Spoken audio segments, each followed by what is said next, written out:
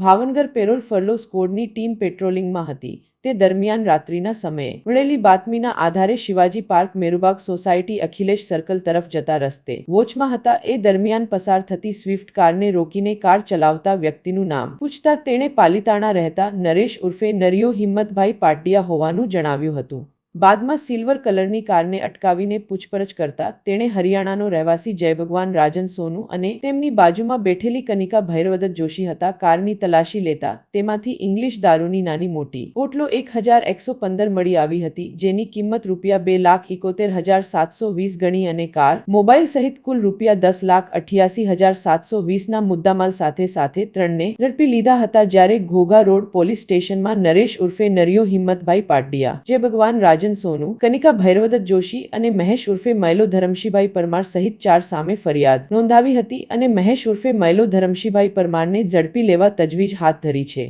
જો કે એક કારમાંથી વાંધાજનક કંઈ મળ્યું ન હતું।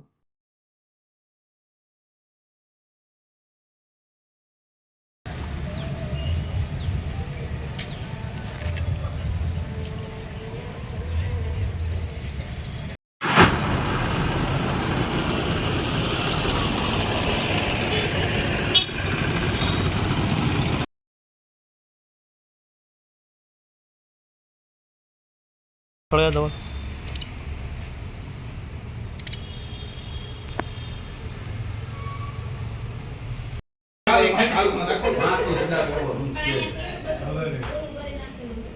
लावा लावा एमने जा पूरा तो હું નંબર થાનો એટલે ફોન કરું તો